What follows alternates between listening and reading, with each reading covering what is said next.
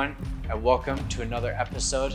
Today we're taking a look at a 1969 Chevrolet Chevelle 2nd Gen. To buy this car back in the day, it was about $1,500. Now to pick up one of these, you're looking at about $40,000. A little history about this car is it debuted in 1964. This was GM's answer to when Ford brought out the Fairlane. Why is this a collectible vehicle? Well, there's two things we have to remember. Is it maintains value, as we heard how much value it's appreciated, and it's high in demand. These 60s and 70s muscle cars are a booming market today. So if you get your hands on one, grab one. Hey everyone, if you like what you've seen so far in this video, make sure you hit that like button, you drop a comment below, and you subscribe to the channel for all future content. We'll see you all next episode. Okay, one thing we must look at about this car is the performance. This car comes with multiple engine options, but some of the most desirable engine options are the 350, the 396, and the big old 426. Some transmission that came in this car is a 4-speed manual and an automatic transmission. So there's some differences between this and the years before. In 1969, there was minor changes. A single chrome bar connected quad headlights with a revised front grille, slotted bumper that holds the parking lights. Taillight lenses were larger and more vertical, flowing into the quarter panels. Smaller side marker lighting bezels were phased in. Okay, we are now in the cockpit of the 1969 Chevelle SS. The moment you get in here, you feel the era that this came from. This is the era of muscle car heaven. So what do you get? You get a speedo, you get to know how much fuel is in this car. So now people these days, they're having to add gauges. So if you look below, there's an RPM gauge. We have our oil, volt, and water temp gauge. And just being in here, it feels awesome. The color, the feel of it, the smell. And then you look down at the center console and it's very plain.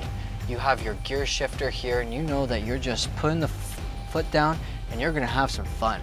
The visibility in here too, with these massive window openings, you can see around. There's no visibility blockage really, and just the feel is incredible. I love this era of muscle car. Hey Nav. Hey Mike. Thanks for Good bringing to the see car, you. man. Thanks. I appreciate it. So this was an amazing car to, have possession of for today. I want to know some things about this car. Is why you bought the car? Well, I've always been interested in good cars. When I moved to Canada about 10 years ago, I started going to classic car shows. And there I kind of got introduced to GM cars and somehow I took a liking for them. And then I had this thing about getting a car the same year as my birth. So my first car was a 66 Impala. Okay. And I owned that for like 4 years, got a little bored of it, and then I sold it. And then that had a small block. And Right. then my next kind of progression was to get something with a big block. Yeah. And then last year I found this car and there was a person selling it in Kingston. Went up there with my neighbor, liked the car, and we did a deal. So that's There how I you got go. this car. Yeah. So you got this about 2 years ago? Yeah. Okay, perfect. Well, I know that you bought it and you really like this car, but I have to ask, would you sell it? Well, I guess the answer is yes, because I am currently working on another project. It's Yes. a 67 Camaro, Yep. and there's always money needed to put a car back together. So at the right price, yeah, maybe I would. Right. All right. There you go, guys. This could be yours at the right price. If you want to inquire, put it in the comments below and we'll get a bid in action going on. Well, so this is a muscle car. It's got the big block in it. How far have you actually driven this? I think over the last year and a half, I've put on probably around 5,000 kilometers on it, with the longest trip being to a friend's beach home in Wasaga. So Okay. that was probably around 100 kilometers each way. Okay, Yeah. so about 200 kilometers, and this made it there, no problem. No problem. Yeah. There you go. Perfect. Well, you said that you really like this car. Let's tell the viewers on what's your favorite characteristic about the car? Well, if you look at the side profile, even though it's a 60s car, it kind of looks like it's moving, even though it's not. So it's got this amazing side profile.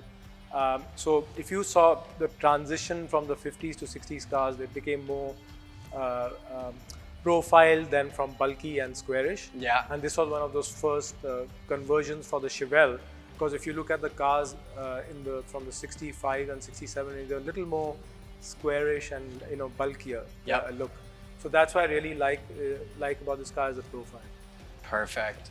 Well, last but not least, what's your favorite thing about the drivability behind this car, being a 69?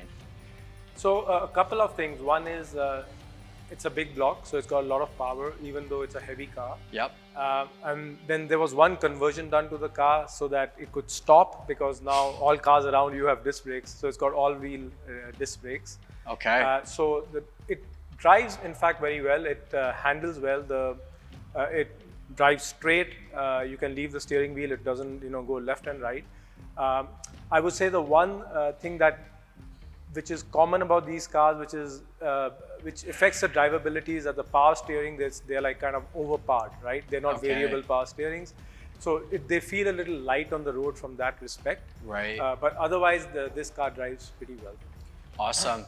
Well, I appreciate you bringing this by and letting the viewers see what a Chevelle SS is like if they haven't seen one in person, and maybe even want to buy one. So I do appreciate you coming on and bringing this here. Thanks, Mike. Yeah, thank you. Thank you, Nav.